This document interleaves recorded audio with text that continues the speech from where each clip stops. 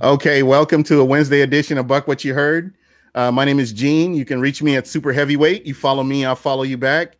And I'm joined by my co-host, Michael Pless. How you doing, Michael? I'm doing great. Glad to be back on and ready to talk Bucs football. It's been a couple weeks, but rest and ready to get back on the grind and get towards training camp. Yeah, camp. I can't wait to get here. And this is a listener show, and I love a lot of listeners. I check them out in the chat, and you get to interact with people, and I appreciate everybody. And I wanted to take the opportunity, I should say, to have one of the listeners on, and just kind of get to know him. I really enjoyed him. He's been listening. He's been a listener for quite a bit, and he always contributes to the podcast, and I really appreciate that. Robert Green, how you doing tonight? Yo, man, I'm fine. It's another day to be alive. Another day as a Buccaneers fan. Something to look forward to on both ends, man. Yes, sir. And what's really awesome here, you've got season ticket holders, so you get the season ticket holder perspective.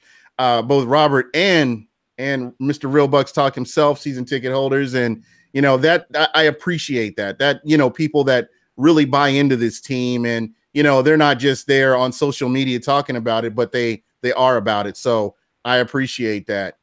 And Robert, tell everybody about yourself. How long you been a Bucs fan?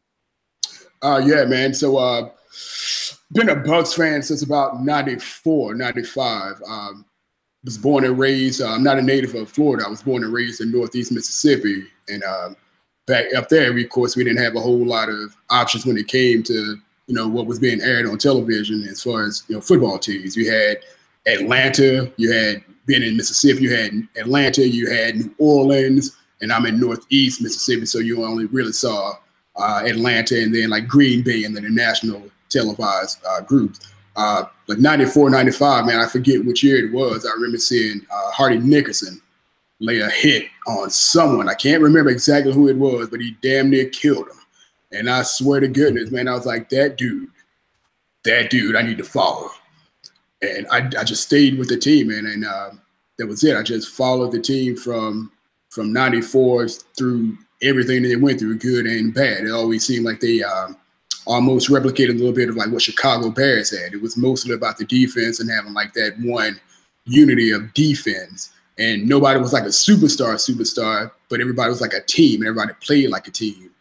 And that's what made me stay as a Bucs fan. And I've always been that way, and I've always stayed with it just because of that. That's awesome to me, because most people would have jumped ship. I mean, just the highs and lows that the Bucs have gone through, throughout their history. Most people would have went to become a 49ers fan or something like that. But here you are, you stayed true to, who you enjoyed, and that's awesome to hear. And, you being a season ticket holder, that really shows that you've, kind of bought into this. So I want to get your thoughts after the Tampa Bay Buccaneers won that last game against the New Orleans Saints. What were your thoughts, going into the offseason? What were you thinking when you saw that game and you look back on what should have been a promising season? Mike, you want to take this one? Oh no, this is for you. This is you. Okay. Yeah, man. Well, for me, I was number one, first and foremost, happy to have seen another victory at Raymond James Stadium and surrounded by a bunch of black jerseys from New Orleans. So everything else at that point, I didn't give a damn about. At the moment that game ended on that freaking ridiculously awesome throw and catch, I was just ecstatic. Like, I didn't give a damn about anything else. I didn't care how bad the season had gone. I didn't care that we weren't going to the playoffs. I was just happy that we were sending Saints fans home pissed. You can't ask for anything more. Going in, as far as going into the offseason, man, I know a lot of people wanted to lose that game, so it guaranteed a top 3 pick or top 5 pick. None of that stuff ever mattered to me whatsoever. One player was never going to be the difference and making us a better team as far as I was concerned.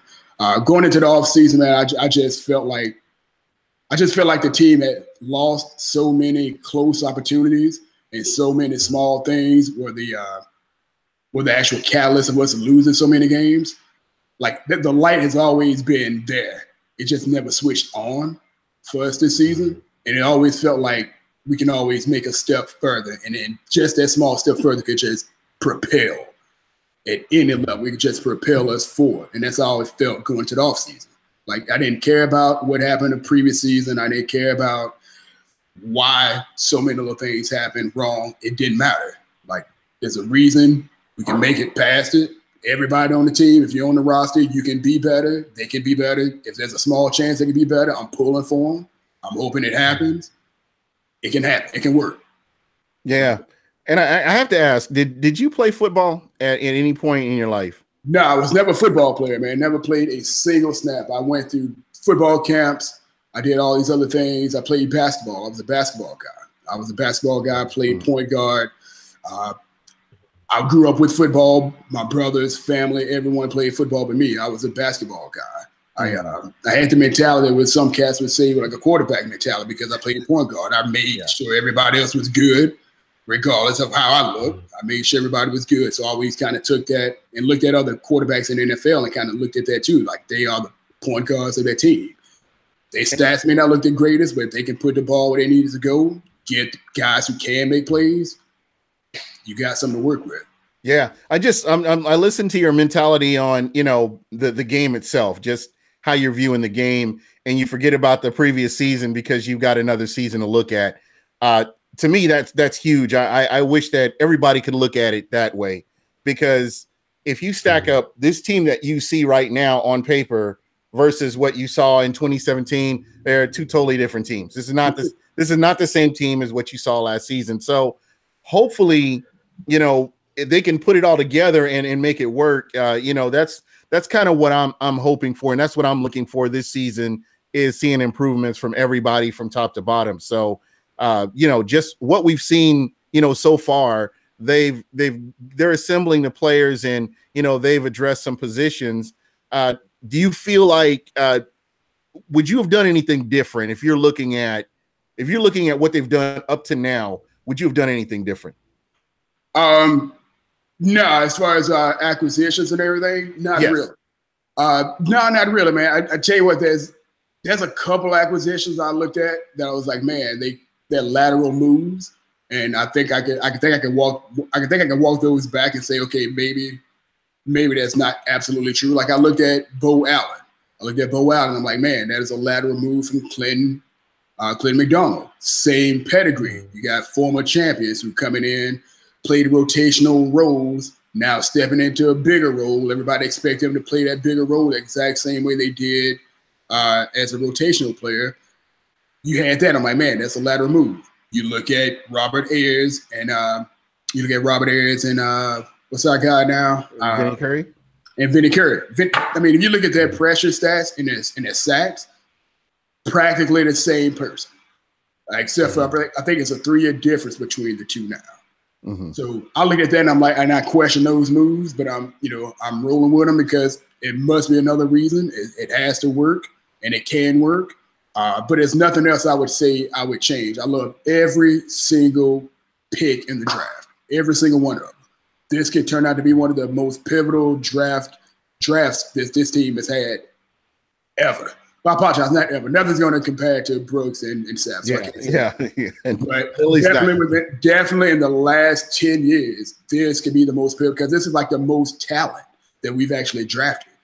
We didn't go for like one guy, and then everybody else is just kind of ho-hum cats. Like, every single one of these cats, there's like 4 of them who can actually come in and be starters today.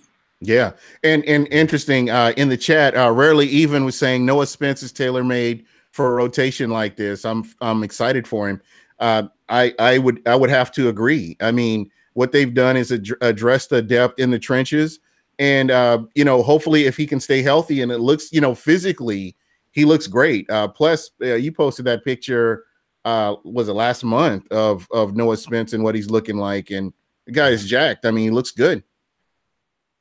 Yeah, he's Hulk-like. And to go off what Robert, was saying, I mean, I agree completely. I think what they did is they addressed, their obvious needs, which was defensive line and getting much stronger up front. I mean, too many times I think this team has just been out-muscled inside the trenches too many times. And that happened a lot last year. They just couldn't really match up when it came to being physical and finding ways to win up front. And that's what you have to have in this league. So I think they did a good job of addressing that. And as far as the draft, I mean, they've added starters. I mean, they've added guys that can come in and compete right away.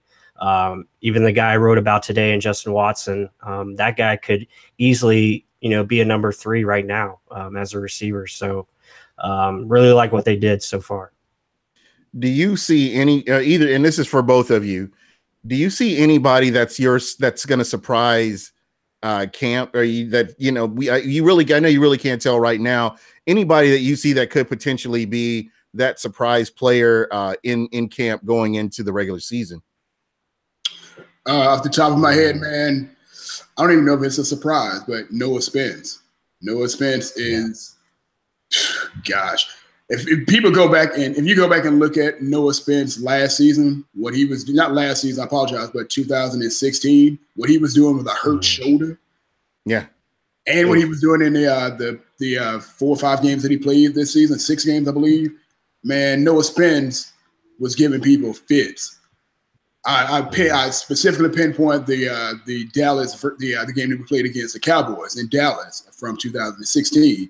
This dude was giving hell to both of those tackles, like just one after the other. He was just killing them. If the referee didn't swallow the whistle and pretend like he was blind, I promise you that man would have drawn at least 7 flags for holding. Hell, yeah, for holding. Yeah, that dude, that dude can be so. That dude can be so dang good. Like I'm crazy. I'm almost speechless thinking about how this cat could be if and when he becomes 100% healthy. Yeah, and let's throw Brenson Buckner's name out there. I've been listening to this guy. I've been listening to his press conferences, and just he talks about the mental aspect of football, and you don't hear a lot of people talk about the mental aspect of football, and I think that's the biggest part. I mean, you look at Jason Light and who he tries to draft people that are football guys that have it from the neck up. You're not always going to get it right, but that's kind of what he goes for. And just having a defensive line coach like that, that's his whole thing is the mental, is getting past all that. And then you get with technique and all this other stuff. And I'm excited to have him. I'm happy that they have a coach like that has that kind of mindset. Well, I think that's that player experience you hear speaking. He's coming through. He's speaking from experience. He can teach cats. He's teaching experience. Most cats can teach you X's and O's. This cat can teach you experience. He can tell you how to push through being hurt. He can tell you how to push through being fatigued. That's what he brings. And I mean, that's an awesome thing to have. But I don't want anybody to even just stop there though. And be like, because something I think that's happened with us as a fan base. I mean, this is probably just in general with sports and with fans all over the place. We hear the talk and get excited about the talk. Something got to happen. Something got to shake out. I mean, it can't just be about talk. He talks tough. You've seen his results though in previous seasons with the Cardinals. So absolutely. You know that he, when he talks, he can actually put something to it. So just to talk in Tampa won't get it. He's gonna have to bring those results that he had in Arizona and place them in Tampa at one Buck plays, and cats have to buy in and they have to go about it and do it. That's right. Plus. Yeah, I mean, Noah Spence is, I think, a great candidate to, have a comeback year. Really, probably a breakout year, I should say. But I'll go on the offensive line. I think Caleb Benenoch is a guy to look for. I think him being penciled in as a right guard finally, I think that's where his best fit is. I think he has a chance to take that job if he really, dedicates himself and becomes serious. I think he can push for that job. I think he's got a real chance because of Sweezy.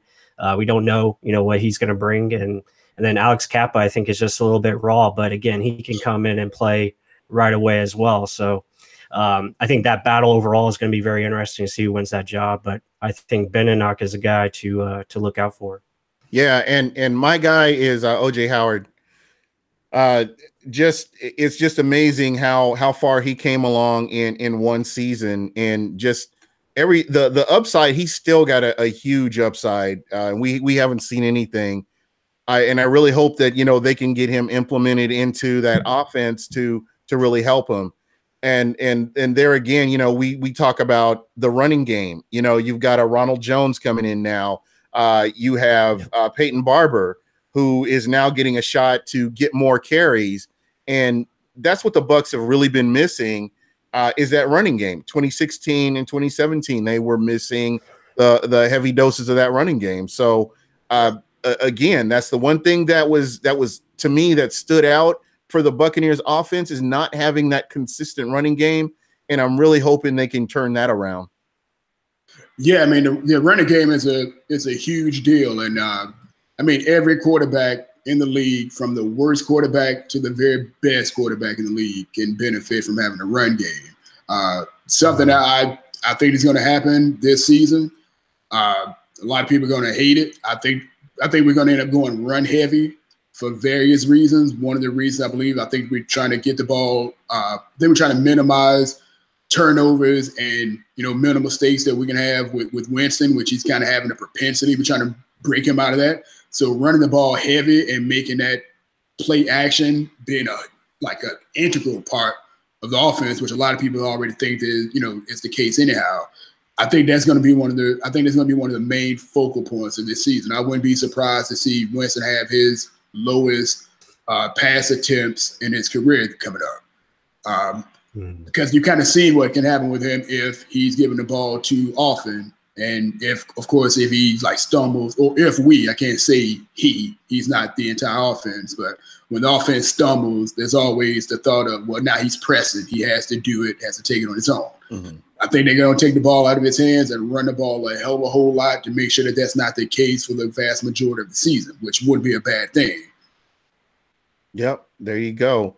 Darth Vader, run the ball, stop the run. Hey, there you go. It's as simple as that. Mm-hmm. You know, I think we talked about it off camera here, but you know, the Bucs not being able to stop the run was huge. That was a huge factor in games. There were games, and I think me and Mike talked about this: the Vikings game, the Buffalo game, and I would even say the Cardinals game, where the Bucs were not able to stop the run. Those are winnable games. Yeah. And you know, just getting the offense off the field is huge, you know, stopping the run. On the other side of the ball, when you have running backs that combine, I think two running backs, what was it? Barber and Martin combined for like 849 yards. And that's unacceptable. That's unacceptable. You have to be able to do more than that. And you know, the run game is huge. I mean, you go back to 2015, and I don't like to, you know, go that far back, but Jameis was very successful because he had a running game to go along with what he was doing. So that was very important to you know, that offense. Yeah, I mean, it's something, man. And you know, I was looking at some stats and trying to figure out who to peg Winston with, like who he compares to in the league now. One of them would be, everybody gets super excited about it, like, man, I would take that. The other one is so close to this other guy where you're like, man, that's embarrassing. There's no way it can be true. Those two players being on one end of the spectrum, Ben Roethlisberger. Look at his first 3 seasons as a pro. I mean, they look, you know, he came in as a game-changing, not apologize, as a game manager, as a quarterback. On the other end of that spectrum, you got Blake Bortles. If you look at his first 3 seasons, his touchdowns to interceptions look a lot like Winston's, like our guys, except for this dude was throwing like 600-plus passes in two of his 3 seasons. Mm-hmm. I think Winston topped out at like 550 or something like that, or 560 or something like that. So he was throwing, but in their pass percentages, all that stuff, if people like to look at that, I mean, they were relatively close if you look at how many more passes Bortles was throwing compared to what Winston was throwing. So if you look at how those guys run, or how those offenses run, like Blake Bortles just ended up throwing the ball a whole lot, because I don't even remember who Jacksonville had as a run at that point. You know, Ben Roethlisberger had defense and a strong run game that was bolstering him up, so he didn't have to throw the ball so much. Right. After his 3rd season, he kind of broke out. I'm thinking that's the same thing that can happen with Winston. Give him a run game, make sure the ball is run. Make sure he doesn't have to put up all these crazy numbers, all these crazy passes, and see what happens. Yeah, and again, it's one of those things. Jameis Winston, I love Jameis Winston. I think we're huge supporters. To me, he's a blessing and a curse. That's how I look at him. I love what he can do when he's playing positive, but I just got to shake my head and do a shot when he does something that just is like, what are you doing? Right. So again, that's the quarterback here. I'm glad he's here, to be honest. And you gotta roll with your quarterback. No, I wholeheartedly agree. I'm the same way. I think the only thing what kills me, and a lot of people probably hate hearing me even speak about it, the fact that I'm never really bashing him, Winston. I'm always killing the paper thin arguments cats bring up to make excuses that he's not asking for, the coaches aren't asking for, when people come up with all these reasons why he's not, one thing or the other. Like, that's it. That dude is kind of close to where I'm from. I'm from like 2 hours away from where he was born and raised. I want to see that cat succeed, see somebody from my region basically come to my team and do well with my team. Like, I go back, anybody who's on the roster, you want to see him do well. If you've got some kind of grievance against someone that's on the roster for whatever reason, just stop saying that you're a fan of the team. Because if you're not a fan of the whole team, you need to kind of just be like, all right. You know what? I agree with that.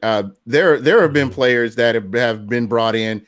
I wasn't with it, but you know what? They're on the team now. So hey, let's get some wins here. If they're going to generate wins, that's who you want on your team. Right. Bless, do you have anything? Yeah, I was just gonna say, as far as Jameis, I agree completely. You look at his best games last year, obviously the Falcons game, I think on Monday night, that's a prime example of him just taking what the defense gives him, playing with patience, understanding that, hey, we don't need a touchdown right here. It's okay to punt. His defense was playing well that night. He had confidence in them. And I think you'll see if he has more confidence in his defense. I think he will this year because obviously the talent is there. I think, and plus the running game is going to help him tremendously. And like Robert said, I think they're going to lean on that run game. I would be shocked if we don't have more games where we have over 30 rushing attempts. I think that's something that we have to shoot for. Keep Jameis in that 25 range. I think that's where he's at his best, where we keep him under 30 passing attempts and, just play under control. I think that's his biggest thing is finding that balance between being aggressive and knowing when to be conservative, knowing that it's okay to take a punt here. And again, that just goes back to awareness of situations. So I'm all in and be fine. I think that the trajectory is going up. I think the arrow is pointing up. So I think he's got what he needs, what it takes to be successful. I think he understands that. So I'm excited to see what he does this year. Another year in this offense, another year behind a better offensive line. Now he's got some talent in the backfield that can help him out. A playmaker in Ronald Jones is going to be huge for him because we just haven't had a guy like that who can, take the ball and take it to the house, on one carry, pretty much change the game. So that's exciting. But yeah, it's going to be interesting. I'm excited to see how he's going to play this out. Yeah. And I want to jump to the other side of the ball. Somebody brought up a question about Chris Conte, and we talked about Chris Conte off camera. So rarely even he's like, why do you guys think Chris Conte has maintained a spot on this roster so long despite shaky play? I've watched film. I watch because I'm jonesing for football, so I'll go back and watch games. Robert does the same thing. Michael Pless does the same thing. I don't think Chris Conte is as bad as people make him out to be. It's kind of frustrating to me at times because I've seen plays away from the ball, and if you're watching all 22, you get to see everything. But if you're watching it just like on TV, the camera's panned away from him, so you don't really get to see what's happening. But I've seen a lot of plays that Chris Conte has made that had he not been in the right place, the play goes for more than it does. And I've seen this consistently. But we do see a lot of plays where he gets beat. I've seen a lot of safeties get beat. So again, I like Chris Conte. I'm glad he's here. If he competes with somebody else and he beats him out and he gets a start, I'm glad. I want the best 53 on the field because I'd like to go to a playoff game personally. Even if it's an away game, I'd love to go to a playoff game. And if he can contribute to do that, that's who I want on the field. Right. And the thing that we were talking about with Chris Conte was the fact of the matter is, well, I'm going to say my strong belief, really, really strong belief is that people have disliked Chris Conte based on how and when he came in to playing for playing with the Bucs because he came from Lovie Smith, which people despise. I've seen it with other players. It's not the first player that this happened with. Chris Conte has been despised since Lovie Smith brought him in, and that's kind of how it's gone. If you look at all the plays that Chris Conte has been responsible for that have been game-changing or game-saving plays, from INTs to forced fumbles to fumble recoveries, this cat has been all over the field. And another thing that I was saying was that if you also just pay attention to what the coaches are doing, the coaches are nowhere near as dumb as people want to pretend that they are, or as bad as they want to be. There's a reason why they chose Chris Conte over Bradley McDougall. I don't care what Seattle's paying him now.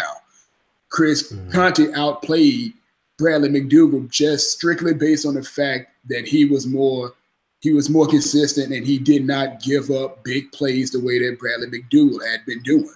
Yeah, and Bradley McDougall had a lot of lapses in judgment on plays, and he played out of position. Right. I mean, again, NFL. I think for the next 3 weeks, I apologize. At the end of next month, I employ any fan that want to pretend like Chris Conte has been so terrible.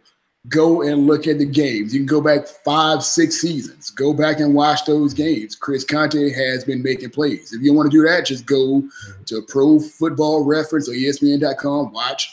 Just go to play-by-plays. Look at it, read it. Chris Conte has been making plays since he's been in Tampa, period. Yep.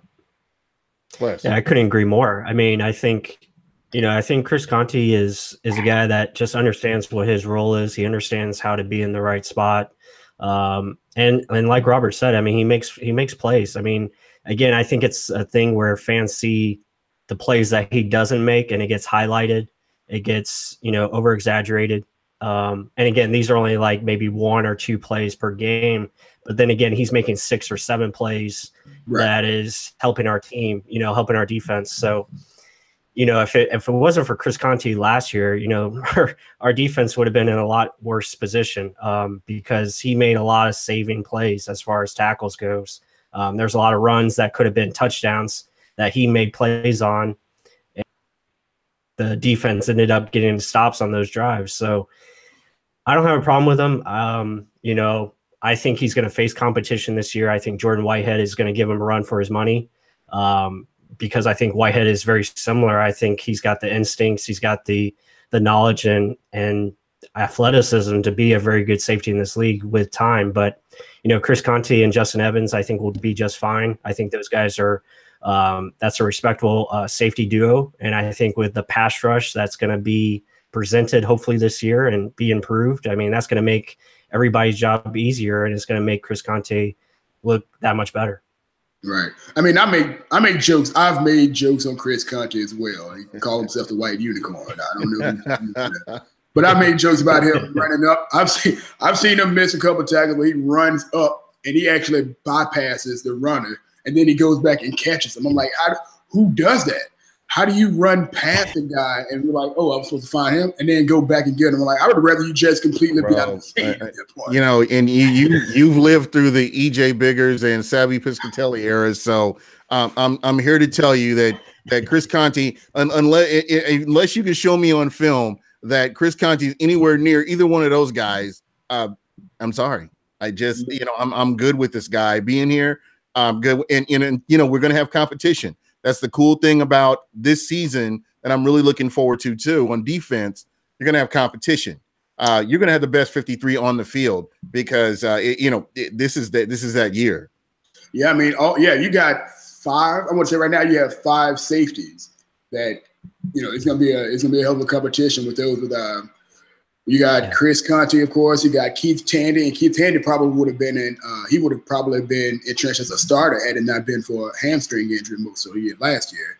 You got Justin Evans, who a lot of people didn't like, because he came in with some questions as well. I mean, he came in with some questions. Rookies come in with questions. I was wrong, and again, I'll say it. I'll every time his name comes up, him or who's my other Kendall Beckwith. Those are the two guys. If I hear that names now, I'll let you know. I'm sorry. I was against them. I was mad, but I was wrong, and I'm glad I was wrong. Hey, man, if you had a reason to believe they, were bringing in them was critical flaws of theirs when they were in college, you have a reason to. I mean, there's a reason to be cautious. There's a reason to be cautious with all these cats. There's a reason to be cautious with Vita Vea, my favorite player in the draft. There's a reason to be cautious with every single one of these cats. But I promise you, I love every single one of our draft picks. All these cats have so much talent, and all of them going all the way up. I'm saying going all the way up until the 5th round. All those cats can be challenging legitimately for a spot in good playing time. And while we're talking about competition, what is the competition you're looking for? Who are you looking at right now? What position and which players are you looking at with the upcoming camp? Man, it has to be in the secondary. It has to be cornerback. Between cornerback and safety, that whole secondary is going to be ridiculous because Carlton Davis can legitimately probably should be taking that spot away from either Grimes or Hargraves when you're talking about being on the outside. In the slot, MJ Stewart legitimately can be taking that spot from Vernon Hargraves. And that's not even my telling you Vernon Hargraves is bad, because I think Vernon Hargraves can be really, really good once he stops playing, 43 yards down the field. I think that cat can be good. But all of those guys, man, all of those cats, I can see all of them getting meaningful minutes and getting strong competition to play, period. Every single one in that secondary. And again, I'm a big fan of Keith Tandy. Keith Tandy is another cat who just, going back to this very second season, he had been making plays anytime that he got on the field, but he wasn't getting on the field at all either. When Coach Smith was around, he wasn't getting on the field a great deal. But when he was intercepting passes on the goal line. He was breaking up passes, from Breeze or whoever, not just from this previous season or the one before, but the seasons before that. That cat could seriously challenge, because he's probably the least athletic of all the safeties, but he plays with the knowledge. He plays with enough knowledge and enough foresight that he can beat a play just by being in the right place, not trying to run anybody down. He puts himself in position to make a play damn near every time he's on the field. And that's the key right there. Plus, what about you? What kind of match? There's got to be one matchup that that goes to your head and you want to see what's going to happen here. Yeah, I mean, obviously, like Robert said, the secondary is going to be fierce. I mean, we didn't even mention the guy from Northwestern that they picked up, the safety from there, Godwin. I don't know how to pronounce this. That guy can play as well. So, and they gave him a huge signing bonus. So he's a guy that could make this team as well and compete for time. So. But I would probably shift to, obviously the defense, I think, has more spots up for grabs. I think, defensive line is going to have competition galore. You have guys that are going to actually have to earn playing time. Will Golston won't be given a starting job this year. He's going to have to earn his spot. Offensive line, I think, right guard, maybe even right tackle if Dotson is not even, not ready. But I'm looking at that receiver position. I think, receiver is pretty much stacked from top to bottom. And I think guys are going to really have to battle for playing time as well. Even Deshaun Jackson, I think he's going to have to earn his time out there. I think Chris Godwin is going to be able to push. Adam Humphries is going to face pressure from guys like Justin Watson, even Bobo Wilson or Freddie Martino. I think those guys are going to push as well. So that's the position I'm looking forward to. And they just got Bernard Reedy back, so I'm excited about that. I'm hoping finally the year we can find a legit returner, because it would be nice to have some special team breakout plays. Yeah, and I'm going to jump in here because I think Robert, I think you said this on one of our podcasts. If all of your receivers aren't competing for the number 2 position, then you don't have the core of wide receivers that you need. Exactly. I mean, I wholeheartedly believe that is one position in which everybody has to be. You have to have a number 2. Like you have to have like a really good number 2. Like gosh, let's be honest. I think most people, most Bucs fans, most of us are fans of Adam Humphries. I would not want to see Adam Humphries as the number 2 wide receiver for an extended period of time. If Evans went out, we've been down that road. That would bother me. Like I don't know I mean. Of course, we can go that whole route where we throw like 5 screens to him in a row. We've done that before. It worked. But I don't. I would if he is my number 2, I'm a little bit nervous. Of course, with Chris Godwin in there, Chris Godwin, who I was a big fan of at Penn State, he definitely can be a number 2. He can be a number 1. Yeah. Yeah. I really see that. And Plus stole my thunder. I was looking at that number 3 wide receiver position to see who ends up as that starting 3rd wide receiver. Again, you have Mike Evans. That's your number 1. You talked about what Chris Godwin's been doing in camp, what he did last year, and the improvements that he made. He could come in and compete for a number 2. And again, you've got Deshaun Jackson, who I believe the Bucs are going to get the ball to a little bit more. I hope and pray that they work on that chemistry between Jameis Winston and Deshaun Jackson. I feel like it was a chemistry issue last year. Maybe I'm wrong, and I'm not making excuses. It's just what I saw with the overthrows or underthrows or whatever. I would hope that they would be able to fix that to where they could be on the same page like a Mike Evans and Jameis Winston. But again, you've got so many weapons out there. But the guy that I'm really looking at is OJ Howard. A guy that we haven't mentioned his name a lot in the offseason. You haven't heard people on NFL Network or any place else really talk about him. But he's a guy that I feel like is going to be a game changer this season, just based on the little things that he does, the ability to block, the ability to be physical downfield, the ability to lay a defensive lineman on his butt if he needs to. I mean, this guy, he has a lot of tools, and hopefully he'll be able to get out there and be a difference maker with that offense. Yeah, I mean, I wholeheartedly agree with with the excitement of being around OJ Howard. He's the dude is a monster, and he's going to get better. I think maybe among all of the draft picks between him and Godwin, it's almost neck and neck as to like what their quote unquote ceiling could be. Like those cats could be so good. And honest to goodness, Howard is kind of what Winston almost I feel like it's his preference. He needs somebody who's a bigger body, who can just kind of, who's rangy, who can make up for anything that's kind of thrown off. Like he can make those plays. He makes that effort to make those kind of plays. I think he's a big body, and he's fast. Like he can beat linebackers not easily, but he just makes a mismatch out of him, with his speed and his size. That dude, if everything clicks with him, he can be scary, like just super scary. Yeah, and what Stephen Thomas in the chat was saying, excited in for the competition this year's draft or training camp. This year, depth is in critical positions. So I think they've addressed a lot of things. Jason Light hadn't had this much depth since the Bucs haven't had this much depth since Dungy. Again, this is true. I mean, where they've consistently gotten people in, and they've whiffed on so many different draft picks, going all the way back to Bruce Allen.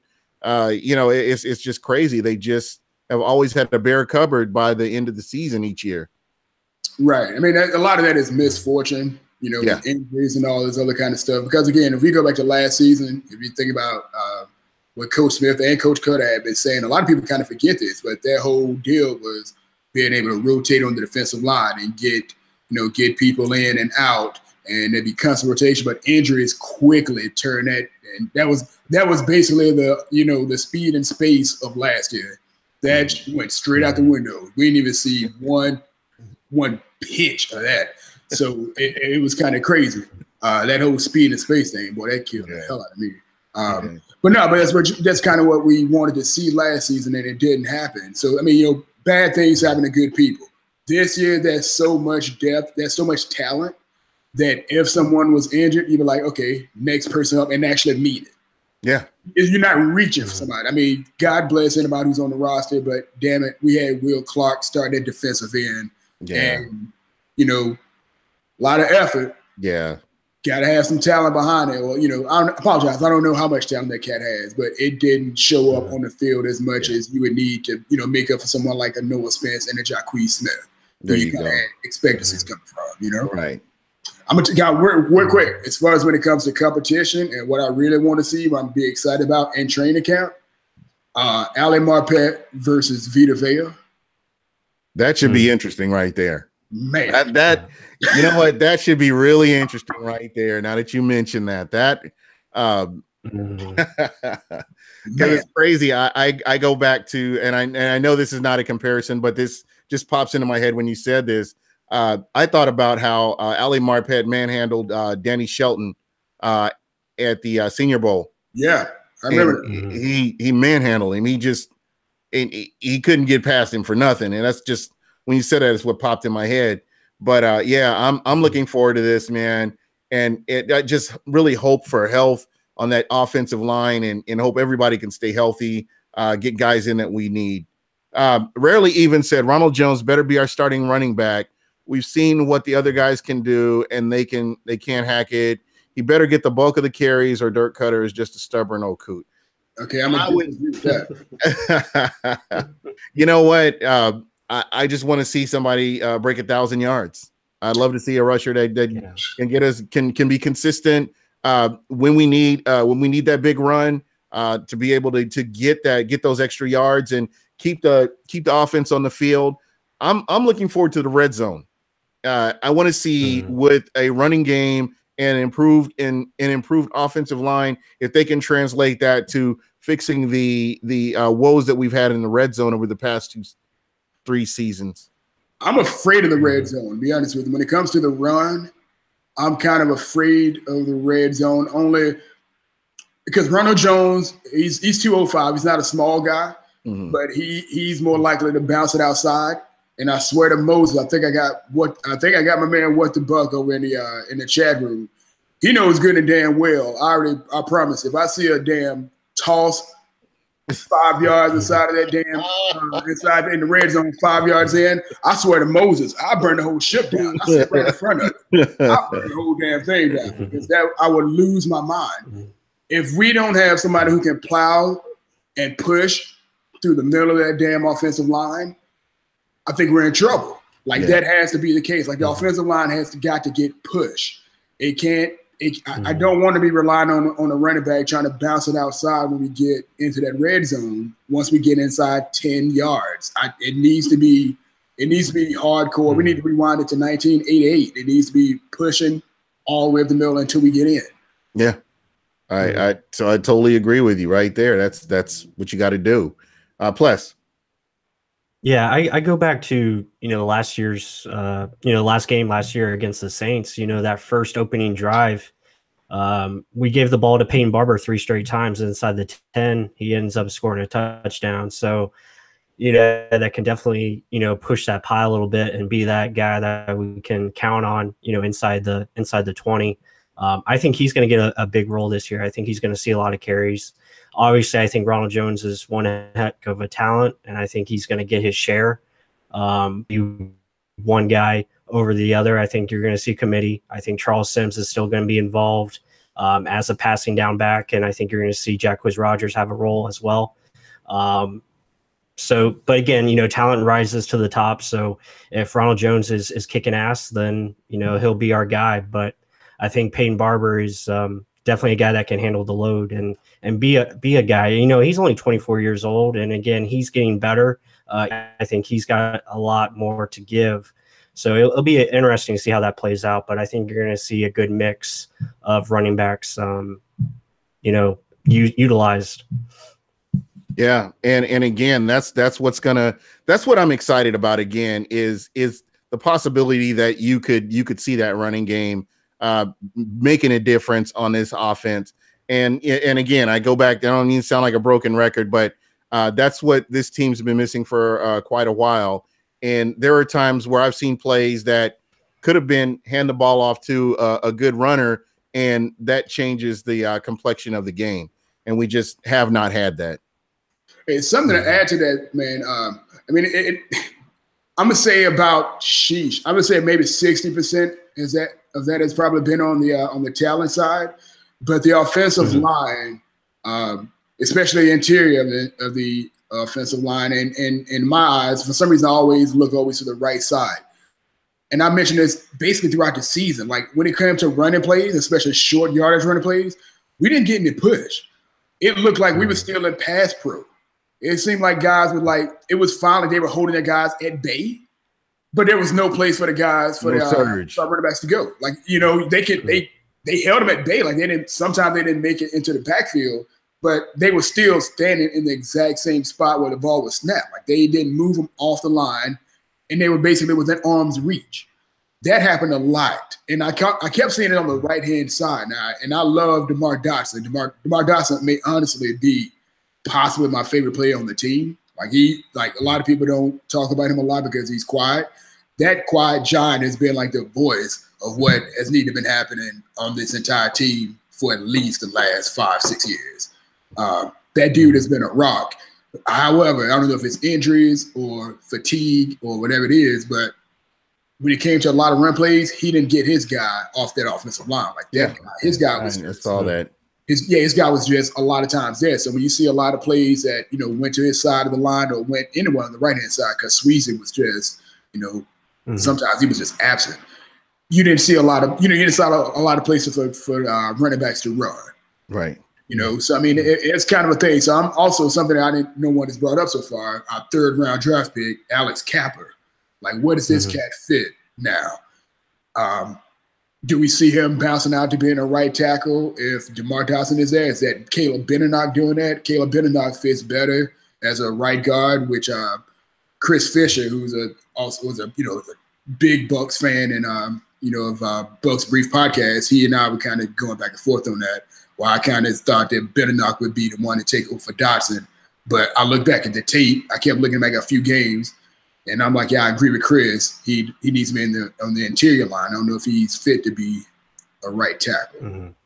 Does Alex Capper kind of fit that mold to be a right tackle? Who takes that spot if Dotson doesn't do it? I'm curious to see. Oh, go ahead. I'm sorry, Plus. Go ahead. No, I was going to say I think Kappa could be the potential right tackle. I think he's got the obviously. He played left tackle in college. I don't think he had the athleticism to stay at left tackle, but, and he does have shorter arms, and that's why they think he projects better inside, but capable right tackle. I think he has good enough movement skills to be that. And obviously he's physical enough to push guys back. And now again, he's going to have a great chance to win this right guard spot. So it's going to be interesting to see what they do. With Caleb Benenoch, I think that guy is the X factor. I mean, if Benenoch can win the right guard spot, I think you could see Kappa maybe potentially pushing DeMar Dotson for playing time this season. I know they still like Leonard Wester, but I'm not too high on him. I just think I don't know. It just looks like he's too slow out there. To me, he's not processing fast enough. But yeah, I mean that's going to be an interesting topic. I think. It'll be interesting to see where that goes, but it depends on, who really steps up to the guard spot. Yeah. And that's the key right there is you want your best 53 out there when the season starts. And this competition, right. You guys, tell me if I'm wrong. When was the last time you've been able to say that there is competition, legitimate competition, and there are guys that you're looking at like, yeah, we're used to seeing him as a starter, but we have this guy coming up to push him. In a lot of different positions, we really haven't been able to say that for a long time. And just being able to see now that there's competition in positions we normally didn't see it. And I'm really excited for it. And I think that will translate into, more successful games throughout the season. No, this is by far the most competition, or I'm not even gonna say the most. This is absolute the best competition that I can remember in I don't know how long. There was a few years ago. I'm trying to think of the year. I think it was maybe it was Shiano.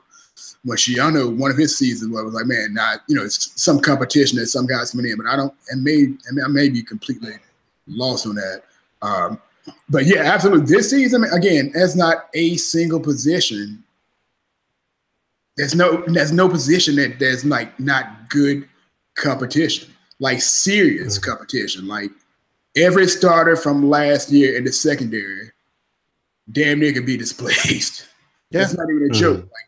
Like as much as we like Grimes, a lot of people love Grimes, and he's been the best cornerback that's been on the team for the past 2 or 3 years. Carlton Davis can take that spot. Yeah. Hargraves may jump up and show you something that you ain't seen before in a minute here with with some defensive pressure up front. He's got youth on his side. And Grimes, I think he kind of, he was going in and out of the lineup last season with the injuries and fatigue last season.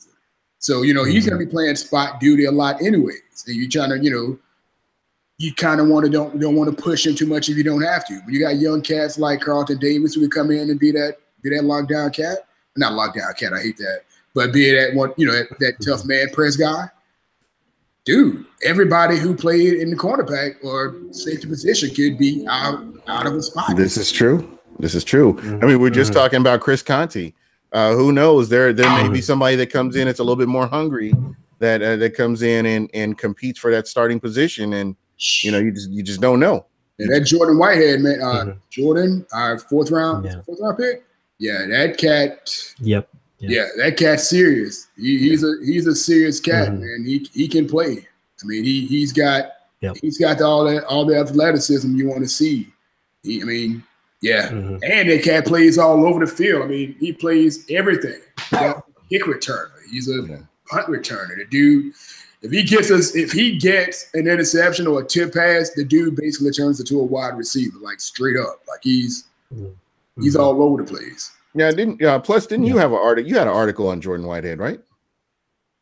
Oh yeah, big time fan of what Whitehead brings, and the guy's a former running. His athleticism, he knows how to play.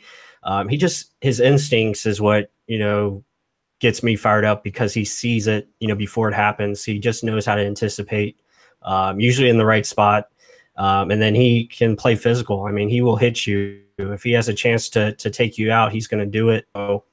And like Robert says, if he gets an interception, he has the skills to make things happen, make things pretty much score touchdowns. I mean, he becomes a point producer once he gets the ball in his hands. So I like that about him.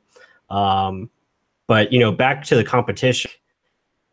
When I think about competition, I think about guys that you forget about. So, we're forgetting about Will Golston. We're forgetting about Ryan Smith. We're forgetting about even a Caleb Benenoch, or even a Evan Smith. Evan Smith we're forgetting about. It's guys that get pushed down because of the competition in play, but that makes your team better because it drives them for playing time. It makes everything, more iron sharpens iron is what I'm trying to say. And I think that's right. That's a good thing. And interesting to your point, basically when you have that, if somebody that's come in, that's beat him out of that position, you get that second guy that has to come in. You already know what you have with him. And, like you said, they'll be a lot more hungry for that playing time, and you get the most out of them. So I'm super excited about that. Somebody rarely even was saying Darrelle Revis and Jordan Whitehead are cousins. Yeah. Which true. It's funny. Whitehead was like, if you look at, I think when Revis was drafted, he was at the draft party with him. Like in the video, when you see Revis drafted, he's like sitting on the floor or something like that. But he's there with him. Yeah. Wow. That's wild. So small world. El Quipper. Yeah, there you go. So Bless, what do you got? What do you got coming up next? What's your next article? Can you give a sneak preview of what we can expect? Yeah, I put out an article of Justin Watson tonight. I'm gonna have another one on Jack Sitchie to round out the draft class. Pretty much my latest articles are all in the draft class, the picks. So be sure to check that out. What I have coming up next, probably just get into, training camp stuff, really like we've been talking about tonight, competition. So really going to get into, I want to put something more in depth on Jameis Winston and what I think, his possibilities are this season. Obviously get into Chris Godwin because I think he has a chance to push Deshaun Jackson down to that slot receiver spot and really push for playing time, and really get into, as a big contributor this year. But yeah, I mean, just more I want to get into more creative pieces, more original pieces. So I think that's what you can expect from here going forward. All right. And Robert, thank you so much for being on. I really appreciate this, man. You have a lot of insight. And again, and you wouldn't guess that you're just an observer, but, I really appreciated your insight tonight on a lot of things. So it's great stuff. I mean, I greatly appreciate both your work as well as Mr. Pless over at realbuckstalk.com. I greatly appreciate the opportunity for coming on and joining you guys tonight, man. Thank you guys for your work. That's what we're trying to do something different. The guys out here in the chat are always out in the chat and, just getting an opportunity, giving people a voice. And I try to when somebody says something out here, if I can pay attention and catch it, I'll make sure to, shout them out and, because I appreciate what they're doing. So again, as we get closer and closer to the season, we'll do this again. And, you have an open invitation whenever you want to jump on again. Let me know. We'll get you on. But this was fun and I really appreciated your insight on this. So do me a favor, tell everybody how they can get a hold of you. Yeah, man, just on Twitter, Pinnacle3, PINNAQL3, I believe on Twitter, as well as Reddit. I share a lot of you guys' work on Reddit as well. Reddit has another Buccaneers community. I share a lot of the podcasts there. I share a lot of Pless's work there. What the Bucs work. I like to share that stuff. I like to show a lot of different perspectives. I mean, anything that has content and good context that, has substance. I like to share that so people can get a different perspective on some of these tapes that are going around here. So we don't, just have a bunch of narratives floating. We have some actual information going. Whether I do that on Twitter or Reddit, or wherever it may be, I like to spread that kind of stuff around. So again, I thank you guys for your work. I make sure I get all that stuff out as much as I can. So yeah, you can find me on either one of those platforms most all the time, killing narratives. And we need more. We need more of that. Rarely even said making a bold prediction that Brinson Buckner will be our defensive coordinator someday. That wouldn't hurt my feelings tonight. Oh, come on, man. Buck the World UK, awesome guest. Got to have him back. Go Bucks. Yeah, again, the listeners have spoken. Michael Pless, ain't forgot about you, man. What do you got coming up next? And tell everybody how they can get a hold of you. Yeah, you guys can follow me at Real Bucs Talk. Again, me and my friend Mark, we got some big things coming up this season. We're trying to put some things together, so we're looking forward to it. A lot of have been floating around trying to get more deep diver or deep more investigative work as far as video, and we're trying to put some things together on YouTube. So look forward to that, and obviously, Buck, what you heard. I mean, we're going to be also. And thank you to Robert. Awesome guest as always, and pleasure to talk to you on Twitter. If you guys want to talk Bucs football, hit this guy up. He knows what he's talking about, and don't bring he's always got stuff, do not. Yeah, he's always got a GIF for everything, which I respect. I mean, his GIF game is on point, so I respect that. And but yeah, follow us at Real Bucks Talk, and yeah, it's gonna be a fun year. I'm ready for training camp. Football should be already going on right now, but it's we have to wait a couple more months. Yeah, yeah. And folks, again, thank you so much. And like Michael Pless said, we appreciate everybody and everybody's contribution in the chat, or just in general. I saw a few tweets on Twitter. That's where you normally find me, on Twitter and at Super Heavyweight. I'll follow everybody back. And again, Robert, thank you for coming on. Guys, I want to see everybody come together. It doesn't matter what faction you're with, whether it's the Buckaholics, Buccaneer Invasion, Stick Carriers, Stick People, Sticks and Stones. It doesn't matter. I just want to see everybody come together and let's have some fun this season. I will be at some games.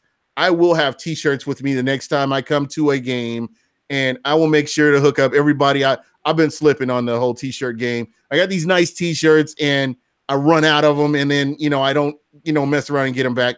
I'm working on that. I'm going to fix that, and I have a steady flow here coming up. So get at me if I haven't got you your shirt. Hit me up again on Twitter, DM me something, and I'll make sure to get you covered. But that's pretty much it for us. I can't believe it's been an hour already.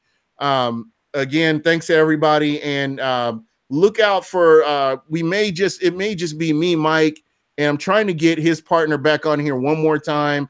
That's hard work. I got to come out of pocket with some bribes and box wine and bottles of wine and whatever it's going to take to get him back on here. Sometimes it's what I got to do, but I do get the good guests, and it may cost a little bit more, but I get them. But anyway, that's it for us this week, and thanks everybody for checking us out, and be sure to check us out next week, and remember, buck what you heard.